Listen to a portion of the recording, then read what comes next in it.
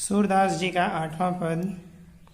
उधो मन न भय 10-20, ये कहू तो सो गयो श्याम संग, को अवराधे ईस। इंद्रि शिथिल भई केसो बिनु, ज्यों देहि बिनु शीस। आशा लागे रहत तन श्वासा, जीवहि कोटि बरिस। तुम तो सखा श्याम सुंदर के, सकल जोग के ईस। सूर हमारे नंद नंदन बिनु, और नहीं जगदीश। शब्दार्थ में भय होना, हुतो हुआ करता था, गयो चला गया, अवराधे आराधना, इस ईश्वर, इंद्री इंद्रियां, शिथिल कमजोर, केशव श्री कृष्ण, ज्यों जैसे, देह शरीर, शीश सिर, आशा आशा, लाग लगी रहना, श्वासा सांस, जीवन जीवन, कोटि करोड़, बरिस वर्ष, जोग योग। अब यहाँ पर संदर्भ में लिखेंगे प्रस्तुत पद्यांश हमारी पाठ्यपुस्तक हिंदी के पद खंड में संकलित सूरदास द्वारा रचित पद शीर्षक नामक पाठ से अवतरित है। प्रसंग में प्रस्तुत पद्यांश भ्रमर गीत का एक अंश है। श्री कृष्ण मथुरा चले जाते हैं और गोपियाँ उनको याद कर करके अत्यंत व्याकुल हैं। श्री कृष्ण उद्धव को गोपियाँ के पास भेजते हैं। वह ज्ञान और योग का संदेश लेकर ब्रज में पहुँचते हैं, लेकिन वे उनके इस संदेश को स्वीकार करने में स्वयं को असमर्थ बताते हैं, क्योंकि वे श्री कृष्ण को छोड़कर किसी अन्य की आराधना नहीं कर सकते हैं। उसके बाद व्याख्या। यहाँ पर गोपियाँ उद्धव से कहती हैं कि हे उद्धव मन न भय 10-20। हे उद्धव, हमारे 10-20 मन नहीं हैं, हमारे पास तो एक ही मन है।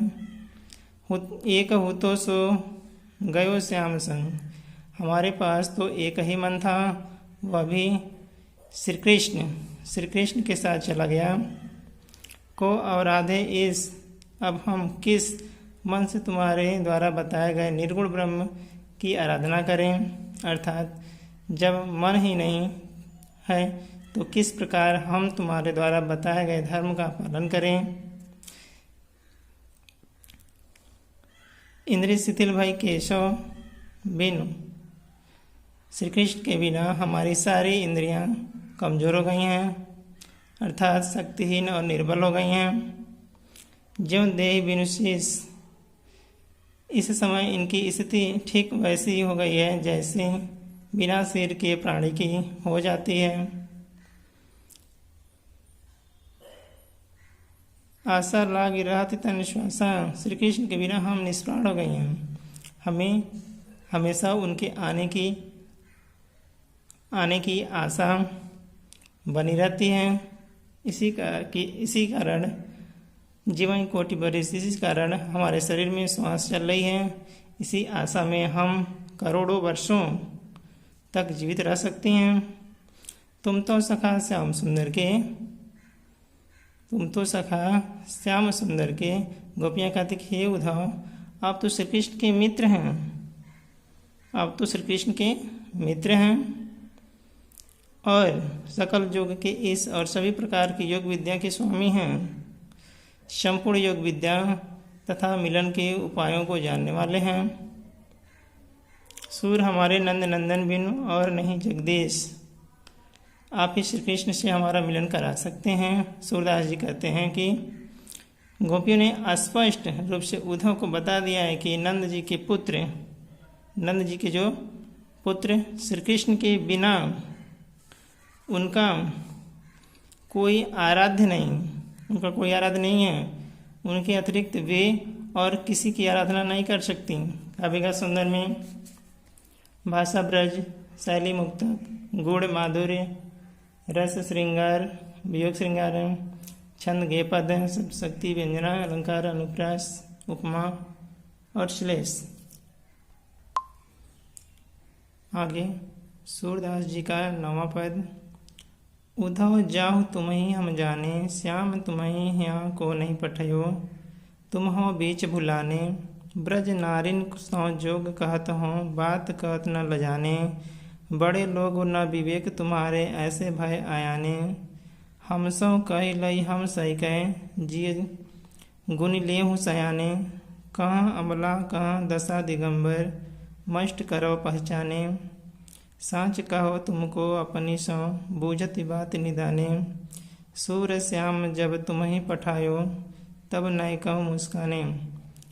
इसके बाद यहाँ पर शब्दार्थ जान लेंगे। हाँ, यहाँ पठायो भेजा है, नारिन नारी स्त्री, लजाने शर्म, विवेक विवेक होता है, अयाने अज्ञानी, सही सहना, जी मन में, कह कहाँ, अबला नारी, दशा दशा, दिगंबर वस्त्रहीन, मष्ट करो चुप करो, सांच सत्य, सौ शपथ, बूझत बताओ, निदाने अंत में, नय कहूँ तनिक। उसके बाद संदर्भ पूर्व की भांति रहेगा। प्रसंग में प्रस्तुत पद्यांश में गोपियाँ उद्धव से कहती हैं कि हे उद्धव, हम तुम्हारे निर्गुण ब्रह्म को नहीं मानेंगे। उद्धव तथा गोपियों के बीच हुए तर्क वितर्क का वर्णन किया गया है। व्याख्या में उद्धव जाओ तुम ही हम जाने। गोपियाँ उद्धव से कहती हैं कि तुम यहाँ से वापस चले जाओ, हम तुम्हें भली प्रकार से जानते हैं। श्याम तुम्हें यहाँ को नहीं पठयो, हमें ऐसा प्रतीत हो रहा है कि तुम्हें यहाँ श्री कृष्ण ने नहीं भेजा है।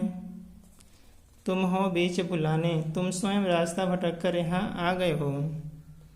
ब्रज नारिन सो जोग कहत हो, हमें ऐसा प्रतीत हो रहा है कि तुम्हें यहाँ श्री कृष्ण ने नहीं भेजा है। तुम ब्रज की नारियों से योग की बात कर रहे हो, बात कहत न लजाने, तुम्हें लज्जा नहीं आती। बड़े लोग न विवेक तुम्हारे, तुम भले ही बुद्धिमान और ज्ञानी हो, परंतु ऐसे भय आने, परंतु हमें ऐसा लगता है कि तुम्हें विवेक नहीं तो तुम ऐसी अज्ञानतापूर्ण बातें हमसे क्यों करते। हम सो कह लई हम सही के, तुम ये मन में विचार कर लो कि हम सो कहें लई हम सही के, यानी जो हमसे कह दिया, ब्रज में किसी अन्य से ऐसी बात न कहना। जिये गुण लेव सयाने, हमने तो सहन कर लिया, कोई दूसरी गोपी सहन नहीं करेगी।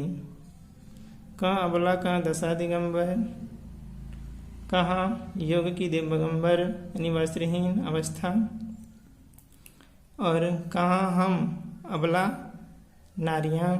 अतः मष्ट करो पहचाने, अतः अब तुम चुप हो जाओ और जो भी कहना सोच समझ कर कहना। सांच कहो तुमको अपनी बूझत बात निदाने, अब तुम सच बताओ कि जब श्री कृष्ण ने तुम्हें यहाँ भेजा था तो सूर्य श्याम जब तुम्हें पठायो नय को, तब नय को मुस्काने। जब आपको श्री कृष्ण ने यहाँ भेजा था वह क्या थोड़ा सा मुस्काए थे, वे अवश्य मुस्काए होंगे, तभी तो उन्होंने तुम्हारे साथ उपहास करने के लिए तुम्हें यहाँ भेजा है।